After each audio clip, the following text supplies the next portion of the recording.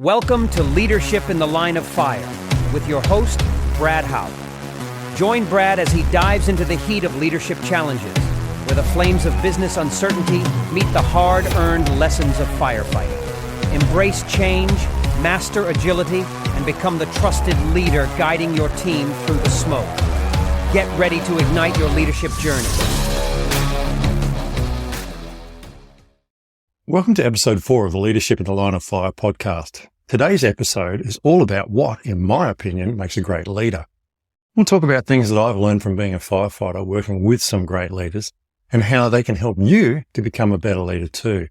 Just like firefighters need a good leader when they're fighting fires, your team needs you to guide them. So stick around and discover what I've learned about being a leader that people can rely on. Like most people, I've been around leaders all my life, but some have made a bigger impression on me than others. In my own experience as a leader, these things that I'm going to cover are the things that I feel are the most important. So number 1, leading from the front. A real leader is there with the team, doing the work too, not just telling others what to do. It might not be all the grunt work, but it's the work that allows others to do their jobs safely and effectively. You need to be in the trenches. You need to be seen on the ground. You need to be seen where people are doing the work. You need to be actively involved in that work as well at times, because it shows that you know what you're doing. Sometimes you also need to be part of the crew doing the work. You can't always be on the outside. Sometimes it's really good to get inside the crew or the group of people that you're working with on a project and get down to some hard work. Just controlling the work is not enough. People like to see that you can walk the walk. Get in there and be part of the team. Do the grunt work. Secondly, you need to set the example when you lead from the front. You need to still act your level, as in you need to be up here as the leader, but you need to do things the right way so that people can see how it's supposed to be done. You can use those opportunities to demonstrate stuff and teach stuff so that your team is learning while you're in there working with them. And quite frankly, you'll find it's good fun to every now and then get in and get dirty. It can sometimes be boring being the leader and getting in with the crew, in our case, blacking out, mopping up a fire, lighting a fire line, whatever it happens to be, can be a really nice break from being the person in charge of everybody from time to time. Also, it's about earning respect. Respect comes when you show people that you care. And when you get in the trenches with them, when you get onto the coalface and all those little expressions, you show people that you care enough to be there alongside them. In my case, it's pulling the hose out. It's getting filthy. It's often a laugh, and that's good because laughter between people actually builds camaraderie. And of course, being a firefighter, it's about feeling the heat, not just sitting in the air-conditioned cab, pointing at things that you need done. Number 2 thing, leaders need to keep cool when things get hot. You must stay calm and think clearly when everything is changing super fast around you. So staying cool under fire is about showing these cool, calm traits when those changes arrive. You need to be thinking ahead. You need to be aware of what's happening, not just right in front of you, but also the big picture. In the case of the Fireground, we can be aware of what the crews are doing right in front of us, but we need to know what the plan is operationally. We need to know what's changing on a different sector. So in a business perspective, that means knowing what your project teams are doing, understanding what the leaders in your business who work for you are not controlling and what's going on in their sections. It's really important. Now, sometimes it means you have to step back and look at what's going on and then go back in again and get into it. But it's important that you stop from time to time and do that. And I would also say, remember to breathe. Sometimes we're going so fast and pumping and blood's moving around our body, but it's also important to stop and take a couple of breaths for a minute and calm down when things get hectic. You also need to do some rapid decision making when you're staying cool under fire. So my preferred method, of course, is to stop, assess, plan, then do and debrief afterwards. Now, debriefing can wait a while, but when you've got to make a decision quickly, it's absolutely essential that you stop just for, even if it's a second, just stop and think about what's going on, look around, assess it, then come up with a plan in your head and give instructions. Now, sometimes that can take less than 20 seconds. Other times, if it's a bigger plan, it could take days. But either way, you need to follow a process when you're doing rapid decision making. Never react to a situation. Always respond. When we respond, we stop, we assess, we plan, we do, and we debrief. Don't assume everybody, when you're making these rapid decisions, is going to understand why. That's not important. Again, they might not have all the picture that you have. They don't know what's going on outside of their world. So some of them won't understand it. Some of them will grumble about it, but that's just part of making decisions.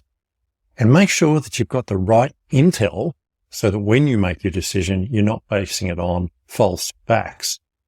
Make sure you ask questions. Make sure you get on the phone, get on the radio, whatever it takes to get in communication with your team and your team leaders to get what you need to make the decision before you implement something that could be dangerous or, in case of business, bad for business. You also need to keep up effective communication amidst the chaos. Think before you speak. Take a second. Don't just blurt out the first thing that comes to mind. Draw a map if necessary, or a diagram or a flowchart, whatever it's needed to show people what you want to do and how you want to get there. Now, you might not fill in all the points in between A and B, but you can put in the basic ones in between, and then people can add in extras where they know there needs to be extra steps. You can also make a list of bullet points of things they need to think about. And as always, remember span of control.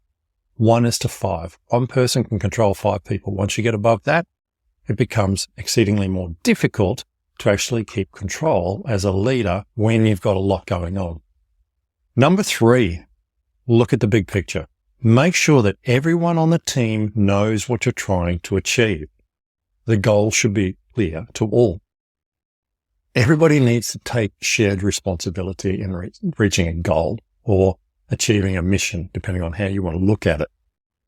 It's everyone's fault when we don't reach the goals that we've set. We are working as a team. So therefore, working as a team means every level of leadership, right down to the bottom of your organization, it's their fault too, as much as it's your fault, when you don't reach goals. We fight as a team. If you try and fight as individuals, it just doesn't work. Teamwork is absolutely essential, no matter how small the teams are. And also accept that you're the leader. As the leader, you will take on more responsibility, but the blame is shared by you when people below you don't achieve or do something wrong. And you must be ready for that, which brings me to my next point, which is show accountability and ownership. If mistakes are made and it's your fault, say it's your fault. Work out what you did wrong and don't do it again, hopefully. You share responsibility with everybody else, but take ownership of your own mistakes and do better next time. And of course, you need to empower others. You need to give the other leaders and the other members of your team kudos when they do something right. If they came up with the decision, if they gave you the information that was important, then when you get to a debrief or whatever, say, oh, thanks to Joe or thanks to Mary, because they're the one that actually saw this happening and were able to feed that back to me. People like to be recognized for what they've done. If you stand there and say, oh, I did a great job, when in fact all the information was coming from other people and all you did was agree with it, that's not really about being a leader. That's all about yourself. And people don't like those sort of people. Make sure you share tasks amongst your team. Don't just keep hitting the same people all the time. It's really important that everybody gets a chance to be empowered. Make sure you get feedback. And I think it's really important you make everybody responsible for something. Even if it's a small chunk, everybody has their responsibility. On the Fireground, you might have someone lighting up. You might have someone standing behind them with a hose, blacking out. But the person lighting up should be responsible for lighting up safely. And the person with the hose should be making sure that the fire doesn't come out of where the fire is supposed to be. All these jobs are important, and the person doing them should be responsible in what they do. And it's the same in your business.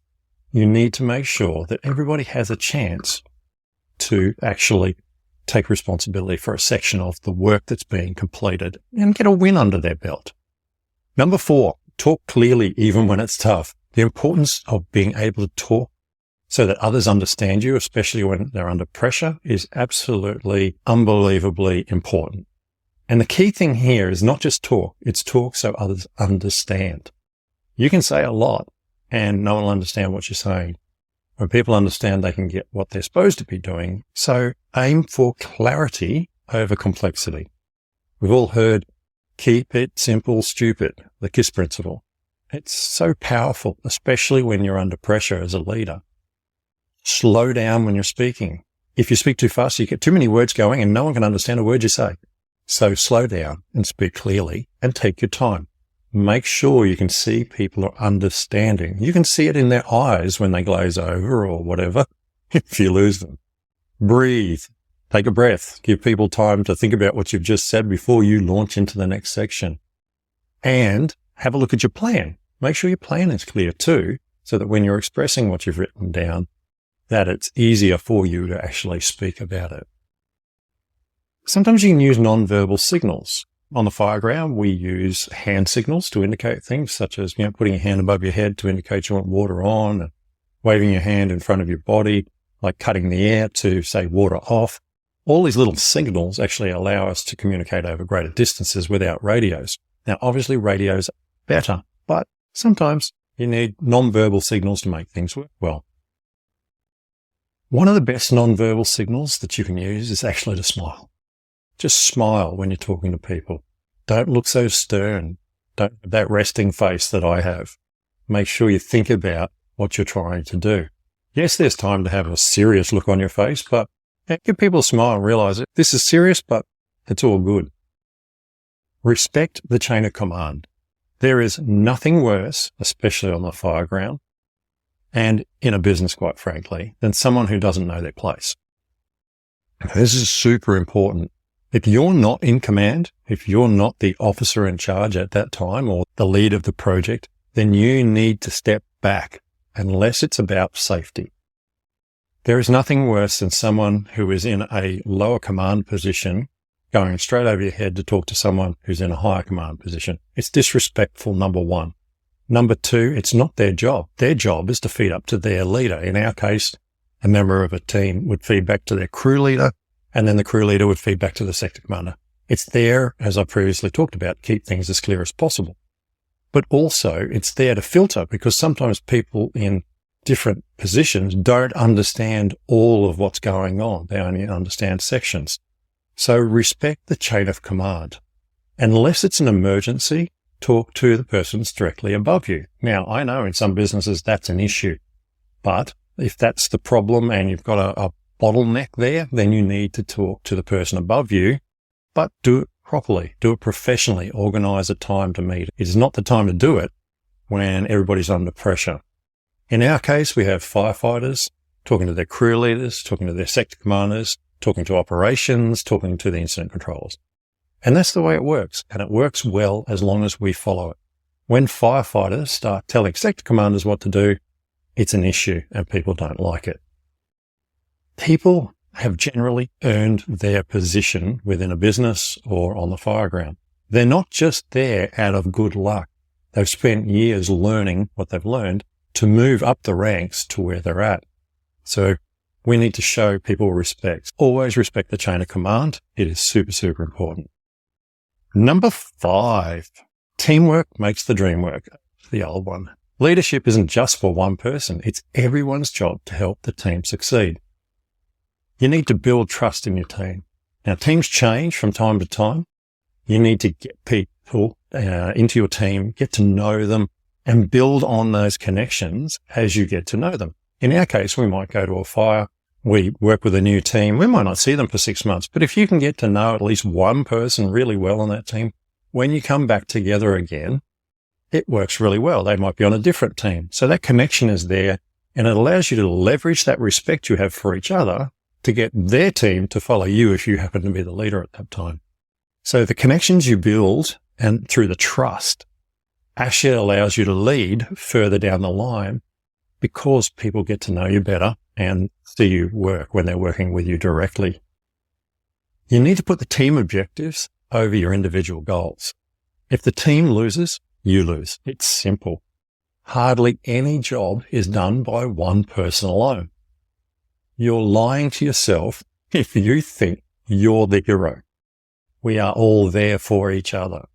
Sometimes we get the opportunity to look like we're the person, but realistically, the team is the hero. Nothing is achieved alone. And remember, good leaders support their team members in difficult times. When people are having trouble, when they're injured, when they're having mental problems because of stress or anxiety or depression. A good leader is there for those people. Now, they can't always help, but even just pointing people in the right direction to get professional help is really important. But also on the Fireground, for example, if something goes wrong, the leader needs to be there to support their team members, their crew. It's really important because they need you then more than any other time. They're already feeling bad enough. Having your support will help them lift themselves out of that sort of situation they're in and move on and keep moving forward. Number 6, loyalty matters. It's important to put the team first, as I've mentioned, and loyalty keeps a team strong.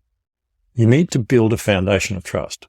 You must be loyal. Being loyal to the people above you and below you is tough. If you've got someone above you in rank or on the food chain, as I always like to say, you need to be loyal to them too, because they need your help to implement the plan. And then you've got people below you who also need your loyalty. So they need to know that they can trust you to look after them. So make sure you're always building on this foundation of trust. But I believe that that foundation of trust is built because of the loyalty you show both ways. You need to show unity when in crisis. When things go bad, unity is literally the only thing you've got holding together. It's what gets firefighters out of bed for the 4th time that night for a fire call. The fact that one person is going, I'm going. It's simple. We go because we're loyal to each other.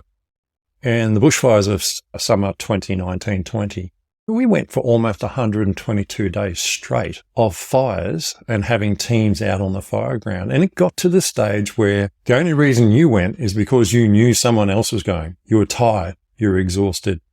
You really just wanted to lay around and do nothing. But because other people were going or other brigades were going, you went to support them. And that's how we got through that with so many volunteers on the ground. A lot of people worked very hard, but we did it for our communities and we did it for each other. There's a ripple effect when you're dealing with loyalty. If you show loyalty, others see it and it passes respect on. They see you being loyal and they choose the same path. In our case, it's what makes the rural fire service strong. We really respect each other. And yeah, we grumble at times and we moan at times and it's not always perfect. But in the end, that loyalty underlies everything. So in today's episode, I've dug deep into what makes a leader from my perspective, particularly in the high-pressure world of firefighting. From being there with your team in the thick of things to staying cool under the intense heat, we covered it all. Leadership isn't just about giving orders. It's about setting an example, earning respect, and making sure everyone's aligned on mission. We also talked about how clear communication is key, especially when the stakes are high. But remember, leadership isn't just a one-person show.